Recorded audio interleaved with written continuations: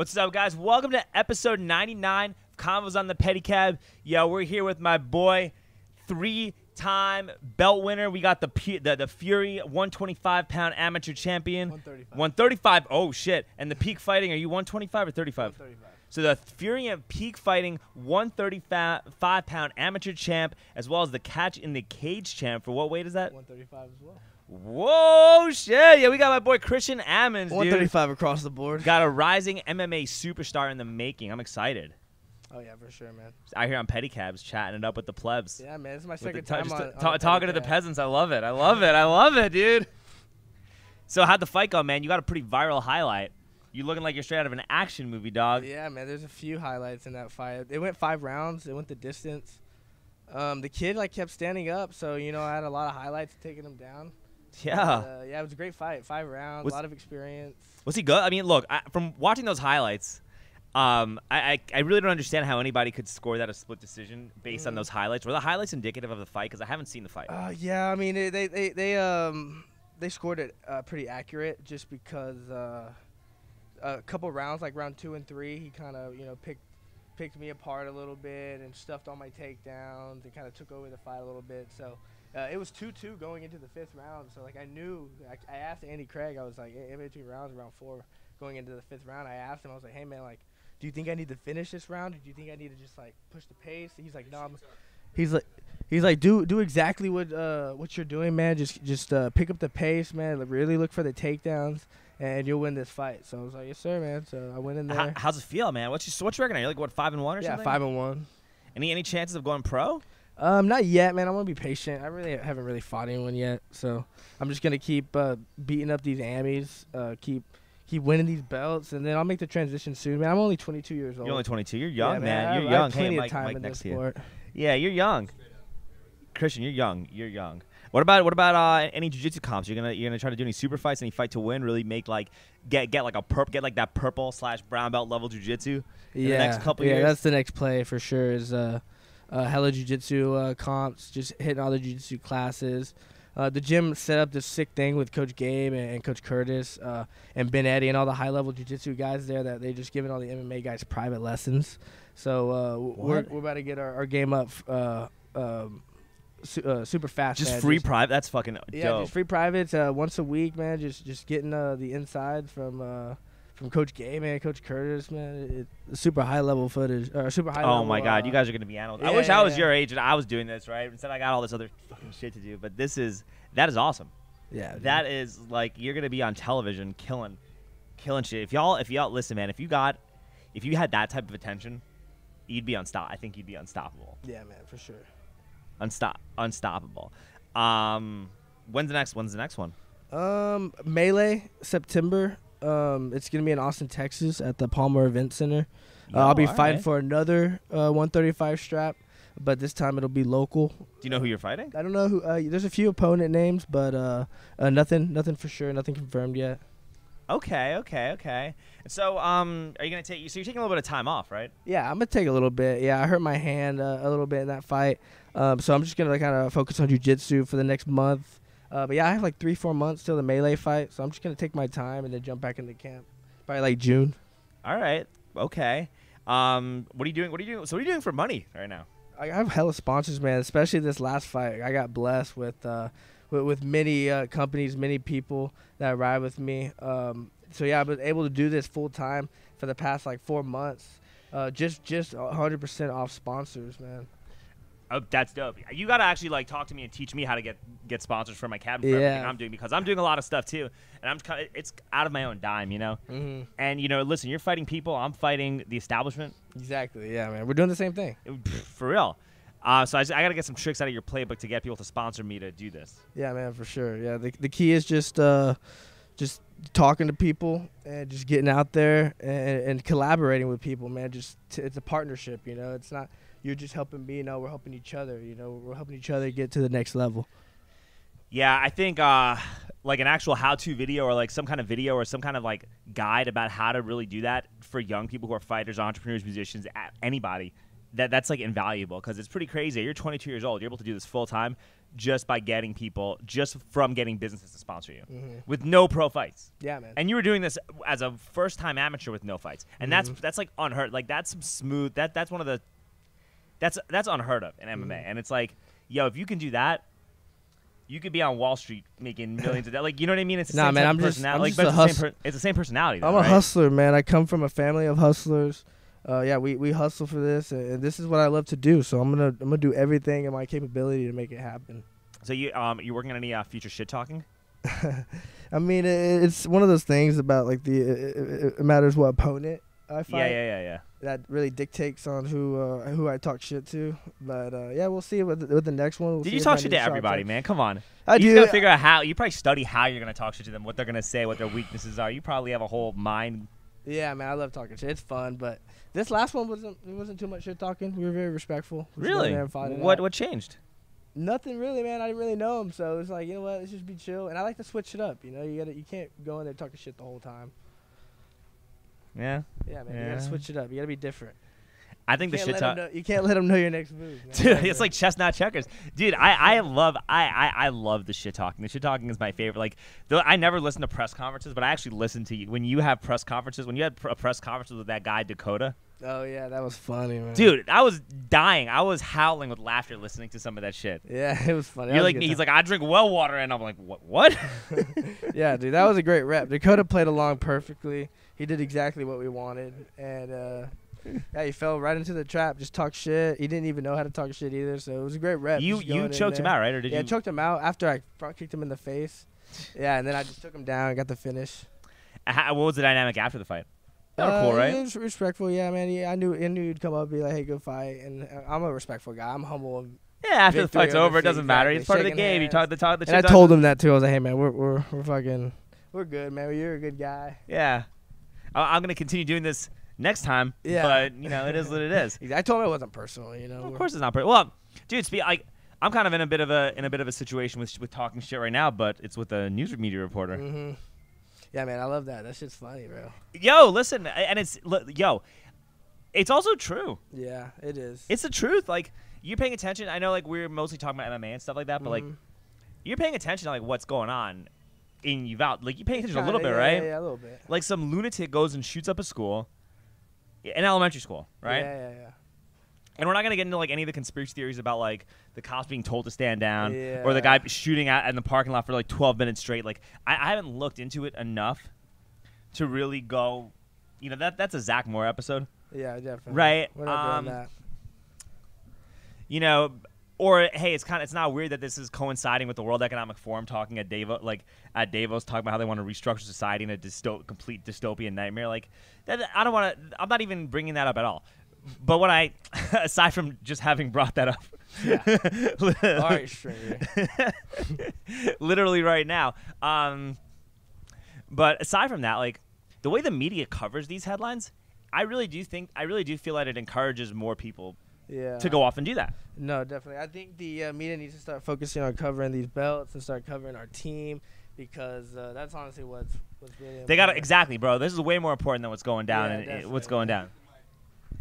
No, 100%. I like how people need to pay attention. I know Gary's getting upset, but it's fine, bro. We're here talking. We're here talking. Exactly. Yeah, you got shades. You got the bandana. Exactly. Bro, you're crushing it. Clearly, I'm not listening to Gary, so he needs to stop. You listen to nobody. To Christian listens to no one. He needs to keep going over there, man. No, Chill out with that, bro. I know he has his own show, but today he's behind the camera, okay? That's right. You're on the camera. You're on set, baby. You're making moves, dude. That's funny. Oh, God. But I need to start training more, especially after all this shit. Yeah, dude. Where you been? You used to come train with us all the time. Well, because I bought a house in Johnson City, so it's like just a commute and figuring out travel. Yeah. I honestly might go to kickboxing after I do this episode. You used to train with us when Nick used to be lifting with us? What happened to that, man? I got to get back on it. Keep talking shit, though. You're right. I need that. You need to, dude. We miss you. You pushed us. I did, you were a great body for a lot of our teammates, man. So like, you got to come back. I got to come back. I got to do it. I got to figure out the schedule, and I got to make it happen. My girlfriend's got an interview doing something with On It. Really? Yeah. So if she gets a job, I'm gonna make her drive me to the gym every time she has to go to work. Well, you're right there. Yeah, no excuses. Yeah. I'm like, babe, take that job. You can drive me. So that's the move. No, I'm gonna head up kickboxing right after this, even if it means I go to work a little later. Yeah, dude. Especially if there's gonna be a little target on my back, I gotta stay fresh. You have to, man. I have to, dude. I gotta stay sharp, bro. This is wild out there, man. Yeah, Like, people are gonna come after you, so. Dude, people are coming after me. I asked this lady a basic question about whether or not she thinks that like the news media, not her, the news media, bears some degree of responsibility for the rise in mass shootings based on how they cover the shooting. And she didn't respond. You know, and I talked to this lady for like, what, 30 seconds, a minute. And then I left, and maybe I made a comment about whether or not, you know, maybe I made a slight little comment about her needing antidepressants to go to sleep at night because she works for a corrupt organization that fuels establishment talking points and has actively contributed to every bad thing that's pretty much going on right now. But, you know, that was it. I left. You know, I kept a respectable distance. I was cool, and I shared the interaction because pretty much what I said was true. And, dude, everyone's coming at me like a bunch of fucking hyenas. Yeah, man. I will say the funniest thing was your Ninja Turtle video.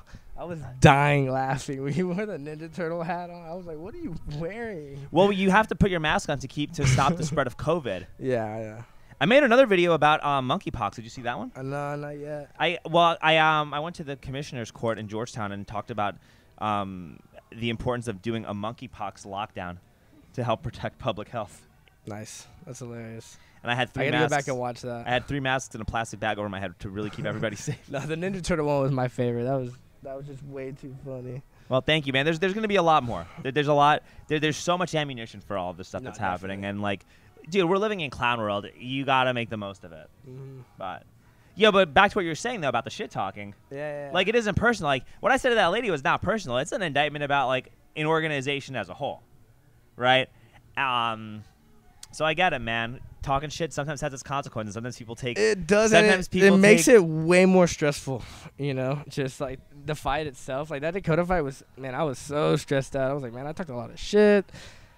I was like, man, I talked shit about his family. I was like, I have to fucking win this fight. And I was like, man, he's gonna come out swinging. Like that makes it a lot of pressure. Like he really wants to hurt me, you know. And they all want to hurt you. You know, you're fighting, but like it just definitely makes it. When you take it to that level, people do want to hurt you. Like it's not fun anymore. No, and like I understand that. Like even though what I said was true, and I thought I was clear, I was like, yo, I'm not directing this at you personally. This is the institution that you're a part of, and it may be people who work in your profession start operating in good faith. You wouldn't be dealing with the stuff that you're dealing with. Doesn't matter, man. Like you're dealing with people who are super defensive. They're super high strung. They're super on alert because there are probably a lot of people like me who talk to them like this, and they're probably not as nice as I am. And everyone's on edge, and you got a Twitter personality, and this is a combination of things. But like, yeah, it makes you have to like. This type of stuff makes you have to be better. Like it makes like I have no choice but to keep going and going stronger and being more optimized because I'm doing stuff that people are noticing. Definitely. Yeah, and same for me, man. I got to keep talking shit. People love drama. People love shit talking. And especially when you get to, you know, fight it out afterwards. Man, nothing beats that. That's the only difference, right? Like, if you got a chance to, like, actually fight it out with some of those people, you'd probably be friends with them after it's over with, right? Like, but because it's verbal and it's all through a screen, it, like, just becomes petty and passive-aggressive and just people just, like, it's like, it becomes, like, I'm not saying anything personal about this lady, but now all of a sudden a million other people are saying really personal shit about me. And that's fine. I know I'm saying the right thing, and what I'm saying is true, and everybody agrees with it, and I'm willing to deal with that as a consequence. But it's also one of those things where it's like, anytime you commit to something and you're fully committed to like being a fighter, you're committed to the consequences of that lifestyle. And a lot of people who try to be fighters or try to be anything, they're fucking soft. They don't want to commit. Yeah, for sure. No, the fighting lifestyle is tough, you know, and my bad. Yeah, it's one of those things that it's a marathon, you know. It's a long game, you know. You gotta play it that way too, and you gotta have balance. You know, you can splurge a little bit. You know, eat the kind of food you want, drink the kind of drinks you want, take a day off here and there. You know, that's fine. You know, you just have to understand that, like, man, the fight life is tough. It's long, man. It's a long, drug out game. So you know you need that balance. It is. A lot of fighters also they burn out, or a lot of fighters they overextend themselves during their career, and like there is a big problem in the fight community of people giving their all to a sport that leaves them with nothing. Mm-hmm. Yeah, man, for sure. Yeah, that's why Coach Cody, Coach Andrew, they really want us to have a life outside of fighting. They want us to, cultivate getting hobbies like, playing golf or, tattooing or, learning how to play an instrument, starting a podcast, stuff like that. Yeah. It's something outside of fighting that, like, you have something that gets you exciting other than going to the gym every day. So fighting got me really creative. Did you know that? Yeah, for sure. But you told me your story where you started as an MMA fighter and look at all the stuff that you do now. Yeah. Like, I made those rap songs. My first 2 rap songs, I made that up trying to fight. That's hilarious. Because it was like there was something in my mind that made me realize, like, yo, I don't want to fucking do this shit. Like, I got to find something else to do. Mm-hmm. I got to find something that I'm better at than fighting so I can do something else that is not fighting all day. Does that make sense? Yeah, for sure. So yeah, it's insane. I mean, what do you want to do after it's over? I definitely want to, like, open businesses up and, like, I know it's a long time. You got like 15 years Yeah. of this is like going to be something you do for like 10, 15 years. yeah, like, for sure. I definitely want to open up a gym in my hometown.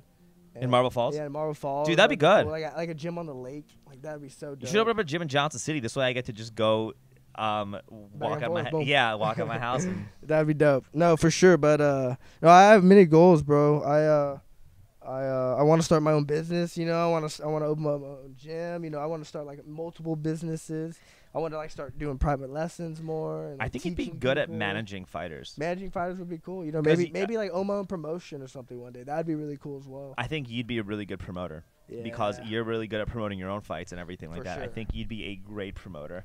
But Emilio told me that like you're really good at getting all the fighters hooked up with a bunch of stuff. Mm-hmm. And that probably translates pretty quickly into managing. Yeah, definitely. Yeah, I'm good at talking to people. I'm good at talking to promoters. I talk to promoters like we're on the same level. I don't be like I owe you anything or you owe me anything.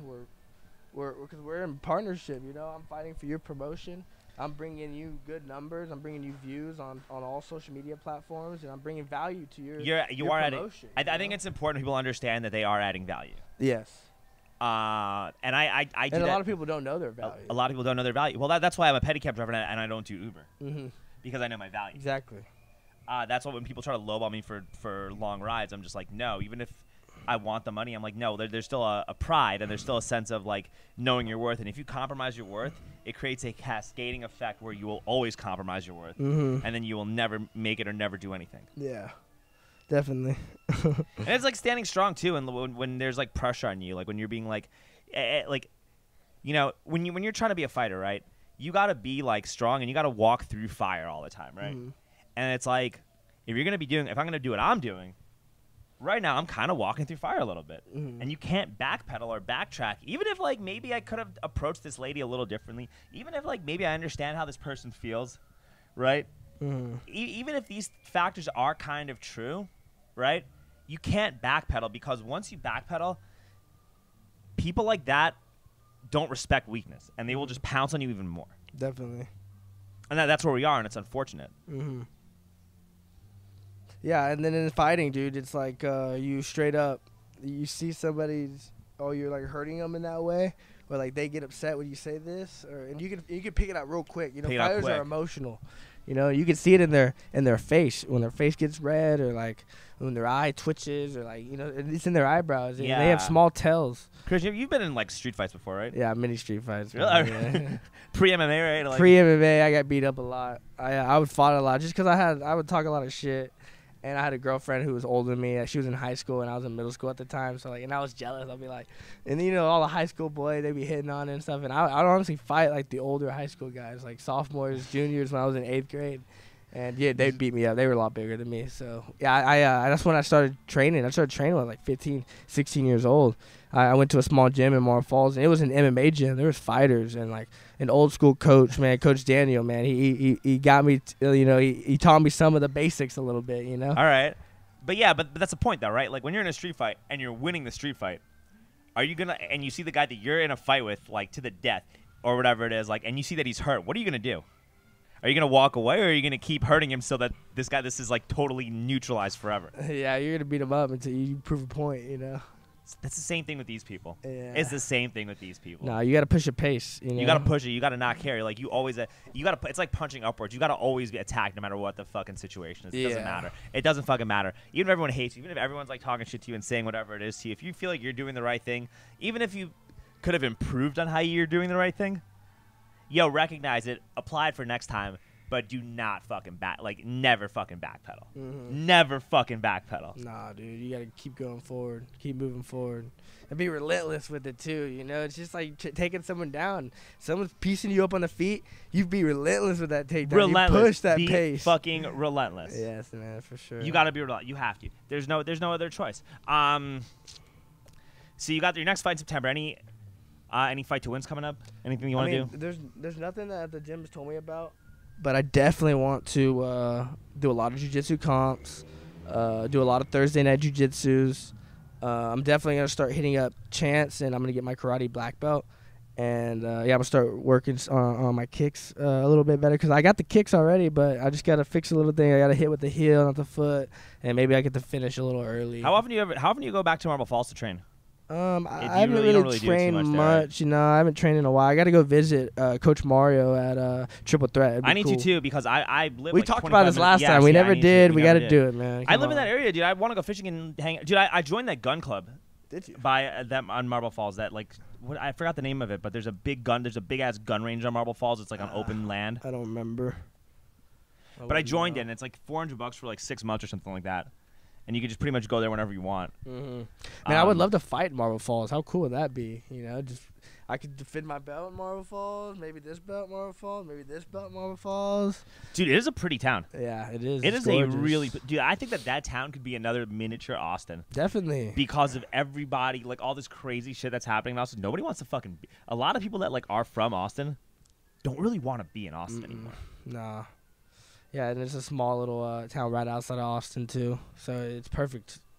It's right by Austin, right by Burnett, right by Johnson City, right by Lando. It's the hill country. It's right in the middle of everything. Dude, the hill country's great. I love living out. Living out there is fucking awesome. Yeah, we would sell some tickets out there. Boy, you would sell, dude, and that crowd. Yeah, it's not a fighting and the crowd. community loves activities like that. If you like look, man, there's like the boat races and like the like all the football games that go on. Like people show up. Like the town is about it. If there's a fighter from them, they're gonna show out and represent for that fight. Show you could love. have fights in that stadium, like the Marble Falls football stadium or the basketball stadium. Yeah, like an outside venue, they would allow that for sure. Yeah, those things. The alcohol would get tough, would get tricky, but maybe. Because I mean, it's not that much of like a Christian town or anything, is it? So what's the problem? What the problem be? Maybe the school not allowing the alcohol sales being going on, but it's not it's not for a school event. No, and it'd have to be like in summer. Maybe like in summer, maybe that would have to happen. Dude, the idea of that would be great, and it's good for the town. Yeah, it is. Because those I'm guys gonna talk, and I know people that work for like the Chamber of Commerce, and like I can talk to them, and I came up with the idea before. And they were like, you know what? That's a good idea. Let me talk to some people. But the promotion, the Johnny, the owner or the promoter of Peak, he was like, no, we can't really go out to Marble Falls just yet. We're still trying to make our way into Texas. So like we're still trying to figure it out. Okay, but that new company in Austin, that Melee, they might be able to do that to Marble Falls. They definitely could. And to be honest, you might actually get more money doing a fight in Marble Falls, and you may have to, and you could probably be paying less for permitting in Marble Falls versus using the Palmer Event Center. Yeah, for sure. Like, and like I'm sure the venues are just cheaper. Yeah. You know. And those guys, listen, like I don't think Marble Falls or Johnson City or the Hill Country towns are like really fighting towns because they don't have like wrestling is not like. But there was a boxing event one time when I was growing up, and it was at the park. I think it was the Johnson Park. Yeah. And dude, there were so many people at that event. Everyone in Marble Falls showed up. Everybody in those areas, like it's not a fighting town, but it's a fan town. It's a town where everyone's a fan of fighters. Yes. And so if something like that shows up, they're all gonna come. They will all come and show out and watch all that stuff. Definitely, man, for sure. Like I sold like 100+ tickets in San Antonio. So imagine if we were in Marble Falls. And it's an easy place to just sell at the community. You could be like, yo, man, hey, we're fighting at this community. Can we like put flyers up for this MMA event right in that coffee shop? Can we do it right at the bar? Yeah, for sure. You can promote the shit Double out Horn of it. Brewing or whatever. Yeah. You can easily do that. So stuff like that, I think you'd be great at that. I think you'd be awesome at that. Mm-hmm. I'm just trying to think. So, no jiu-jitsu comps yet on the horizon. No, not yet. Just chilling. Just chill. I mean, you've been pretty active. I've been super active. I took this week off completely, so I'll be back in the gym on Monday. You putting it? Well, you're not pro yet, but you got any plans for what you're going to be doing with your money once you do go pro? Yeah, man. I immediately want to start opening businesses. Well, I mean, immediately, right? But you have to also have money put aside and invest. Yeah, save some money for sure. But I'm doing good right now with the sponsors. And you don't really make a lot of money fighting. You make all your money off all your sponsors. So that money basically goes to the gym and your coaches, and a little bit you can kind of stash away. But a lot of it's coming from sponsors. And you also got rent and car stuff to pay. So once all that gets taken care of, what are you left with? A pretty good amount. Like once your gym memberships get paid for. Yeah, when everything gets paid for, yeah, I'm chilling. I'm not the richest guy, you know. I can't go out and spend a bunch of money. I got a budget for sure, but I'm doing what I love, and I get to train at the gym every day, so I'm happy.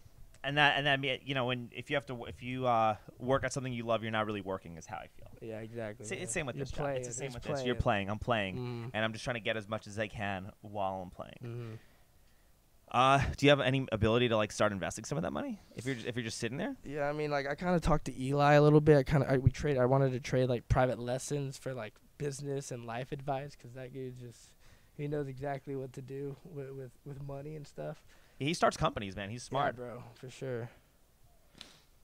That's not a bad trade. Figure out a way to network in that, man. You might find somebody that can really like help give you solid, like good advice on how to invest your money without them controlling your money. Yeah, exactly. And you're smart, man. If somebody gives you any investment advice, you're the type of guy that will research what they're saying first. For sure. Not just blindly say, "Yo, invest in this company or invest in this new coin." Like you're not the type of guy that's just gonna throw money into some new coin or something. No, and I have a lot of people on my team, like a lot of family friends and a lot of friends of my own that are looking out for me. So yeah, I'm in good hands for sure. Yeah, dude, keep that. You got a girlfriend yet, Christian? Nah, I'm kind of seeing someone, but it's not official. Jiu-jitsu's your girlfriend, though, right? Yeah, she's my girl. cheating on you with all your friends. Nah, I'm winning that game right now. Look at me. Yeah, I like it. You're gonna be training this week, or are you taking this week off with your hand, or how long are you out for with the hand? I'm out for a little bit, but I'm good, bro. Like a month or 2 weeks? Yeah, like 2 weeks. Yeah, I'll be back like I said, Monday. You'll be back. But to strike and hit things, I'm just gonna grapple. It's for like a month or something like that, and then you'll be back. Yeah, and I took some shots too. I ate like a pretty big uppercut in the fight, so I don't want to really spar too hard too soon. Yeah, I know. I feel you. I don't really want to spar too much either. But I get it. I fucking get it, bro. I get it. Hey, Gary, what time is it? All right, so we talked for like a good 35 minutes from that. I'm trying to think. So we talked about the fight. We talked about. So what do you think you could have done better in that fight? What were you proud? And then what were you proud of in that fight compared to other fights? And like, what do you think you could have done better in that fight? I was actually happy with my pacing, but I need to work on like my positional, situations. Just when I get to like half guard, or when I get to side control, when I get to mount, just keeping them there and landing some big shots, because I kind of took him down a lot, but he just kept getting back up, dude. Do you think he had a good ground game, or do you think it was just? He had a good get-up game. He had a good bottom protocol, a lot better than I expected. But yeah, I mean, like I said, I just kept taking him down. Like I went out there with a headband, but I wrestle fucked him the whole time. Hey. So I kind of threw him off. He thought you were some karate guy. Yeah, he was like, "What is this?" And I like it. took him down. Well, that's psychologically draining. Yeah, to have to take someone down repeatedly and they keep getting up. Yes. And it broke me round 3 a little bit, because I was like, man, this kid will not stop getting up and hitting me and punishing me for taking him down. But so he was a good boxer? Good boxer. Really good boxer. Probably one of the best guys I faced with hands. Good boxer with a good get-up game is not a fun guy to fight. No, not at all. It's like, all right, dude, fine, man. Yeah, and every time I get up, he'd hit me with something, and I'd be like, oh, shit, and I'd have to reset, start over again. And take him down again. Yes, yeah, exactly. And then he wouldn't stay there long. He'd get right back up. An exhausting match. I want to see the fight. Do you have the full video? I do. Man, I wish I saw the full video before we did this podcast, because I really want to see that fight. It was a great fight. If you watch, I really was a dynamic kicking game mixed with a heavy wrestling game. It was really cool to watch. He was tough too. That kick would have knocked the average man. Would Dude, I knock kicked him 90% in the of head the like people 7 fucking out times. cold. I took him down 12 times. I stabbed him in the body with my toe like 100 times, and he just kept moving forward. Fucking animal. Yeah, man. You think was he still game after 5 rounds? Yeah, he was, but I saw it in his face. I broke him. He was tired. He was done. Did you feel broken at all? Nah. Of course not. You're not gonna say that you felt broken. Nah, man. I was tired, bro. Like round 3, I was like, man, I'm exhausted. But You ever felt like you were like broken after a fight was over? Like No. honestly, like did you ever feel that way? I know we're on TV. You can't be Yeah, like any weaknesses. No, but like I will say, the hardest fight I had was College Station, bro. That's what I Like, was gonna say. I was gonna bring up the College Station fight because that fight you were kind of getting your ass whipped it for was, the definitely. entire fight, and then you just pulled some shit out of your ass and just got the finish got that bulldog choke. Straight or whatever. up, Yeah. he hit me with his right hand, and I it sounds crazy, but I had like a vision of like my grandma in the crowd, and I was like, bro, I gotta get out of here, dude, or she's gonna see me get murked. And I started moving, and like this like energy came over. I just took him down, and I just trapped his head, and I just boom got the finish. And I took like 9 months like off that fight. That was like the longest layoff I've had. So like yeah, that was probably my toughest fight for sure. College Station. You probably grew a ton after that. That was when right after that we did our episode. Yeah. We did that episode, and you were like, I was like, yo, you got to, I love the outfit, too. And I was like, no, you got to keep that. You had the jacket on, fucking shirtless and all that stuff. Yeah. Oh, my God. Yeah, so what do you think your biggest takeaway from this fight is? Like, what's the biggest thing you learned from this? Just, it's cool that it was cool to see my, me play with my different pace, you know? Like, go hard round 1, kind of chill round 2. No takedown attempts round 3. Just kind of play striking with them, and then round 4 and 5, pick up the pace again and start taking them down. So like that was my biggest takeaway is like really using that 15 minutes and like being strategic with what I do and how I use my energy levels. I like that. That's smart. And I also like that what they're doing with giving you guys private jiu-jitsu lessons. Yeah, dude. Because this is a really good school for jiu-jitsu, and there are a lot of amazing guys. And if you really want to go make it and be a high-level pro, one thing that Texas is still lacking considerably is wrestling. Mm-hmm. And when you start fighting at a pro level, you're fighting guys that have been wrestling since they were 3. Some guy that was a D1 wrestler at like North Dakota, or South Dakota State or something like that. Like, you got to fight that guy. Yeah, but those guys suck at wrestling and MMA because they don't know how to set up their shots. They like shoot from a very high, like a very tall level, and then they get stuffed. And that's real easy to defend. Yeah, but when you're actually taking a fight with someone and that guy's had like 4 or 5 fights and he had a chance to work through those problems, then it changed. Like then that might change when you're a pro. Yeah, definitely. Right, and I think that like being able to get those jiu-jitsu lessons from people who are like some of the best in the world at our gym, dude, will help. Will help you negate that a little bit as you move up in your career. I think that's what I'm saying. Mm-hmm. No, it definitely showed this fight too, man. Like there was a lot of positions where I was in that Gabe was kind of going over that we worked throughout the week, and it was cool, man, to see translated to the fight. Fuck yeah. You doing any extra stuff to work on your wrestling, or are you I mean, your wrestling's good, but you know, to get to go pro and start going to the UFC. I mean, I will say, man, I don't see pros taking down their opponent 12 times in 15 minutes. I don't see that, man. That's unseen, man. Some unseen shit. It is. It's true. Look at the numbers, and the numbers don't lie. That pace I pushed for a 15-minute fight was ridiculous, and the pros are watching, and they know. And I'm like I said, I'm keep beating up these Ammies, but when I do turn pro, like I said, and you're training a monster. It's an MMA style. I like it. It's different. I like it. Wrestlers, these all-American wrestlers, they're good at wrestling, but yeah, they've been wrestling from a wrestling stance. Christian, when we're fighting, bro, it's different. You know what I like about you? What's up? It's your willingness to get beat up. Mm-hmm. That's what I like about you. You know, you have no ego, and you talk about your shit, but you don't really have much of an ego because you're willing to like train with people who are way better than you at a specific martial art, in their specific martial art, in their wheelhouse, and you're totally okay and embrace getting dominated by these people in practice so that you can actually be your best self for the fight. And I think that's the most important attribute a fighter can have, is to just, you know, understand that every practice that you go to pretty much is just fucking horrible. Like, these 2 hours or hour and a half that you got to deal with, like, it's like you get nervous because you're almost like going to hell for an hour. No, I get butterflies pulling up to the gym. I'm like, oh, dude, it's not even like you just know you're gonna get your ass whooped. They put you in situations where like you're gonna get whooped, you're gonna lose. And some guy that like I live with Andrew and like Caleb, and like we talk shit at the house. So like Andrew Craig? No, Andrew Carvajal. Okay. Yeah, so like we're talking shit at the house and stuff, dude. And so like at the gym when we're put in these situations and we're tired, he's like, "Hey, remember that shit you were talking?" And then, then he just destroys your ego. He humbles you real quick because you're like, "Damn, I just got murked."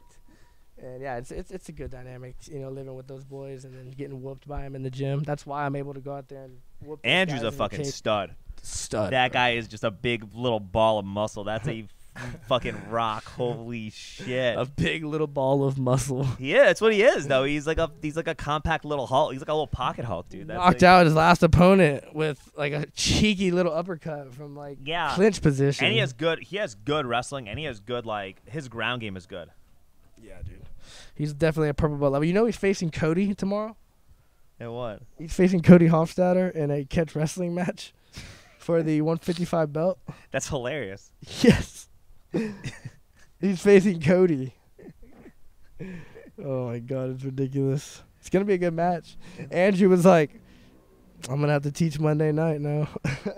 Oh, shit. Yeah, so they're talking shit to each other. And Cody lives with us, too, so it's funny seeing them. Your roommates having to face each other in a fucking match. And they're prepping for each other. And they're looking at each other in the kitchen. You got to film this. No, I know. It's going to be at the Warhouse. Bubba, he's sitting in film crews, and he's going to start documenting our entire house. Yeah, it's going to be sick. That's hilarious. I love that. I fucking love that. You got to start documenting Pedicabbers, too. Because we're a fucking interesting... Yeah, tell Emilio, start vlogging what he does. That shit's hilarious. Dude, Emilio has fucking stories, too. Yeah. Yeah, he tells me. But, yeah, for sure. Tell him to get, like, a GoPro or something. Just start I tried to do that, shit. but it takes forever to upload it onto my computer, which is really fucking annoying. And I have another episode that I have with some dude, and every time I try to upload it to YouTube, it goes right back to 0 from 99%. I was talking to Gary about that, and it's almost like YouTube doesn't want my shit out. Yeah, probably That's what it's like. Yo, I picked up the wrong, I picked on the wrong purple-haired libtard, dude. That's what happened. Anyway, Christian, how do we get a hold of you? My Instagram, gameday.mma. All right, go. You know, Facebook, Christian Ammons. You got a website yet? No website YouTube channel yet. No YouTube channel yet. I got to get on that. You got to get on that, bro. Come on. No Twitter? You want to start tweeting? Yeah, I do have a Twitter, Game Day MMA. Yo, start retweeting all my shit. How about that? All right, I don't even follow you on Twitter. The Alex Stringer, same as my Instagram, bro. Come on, get it together.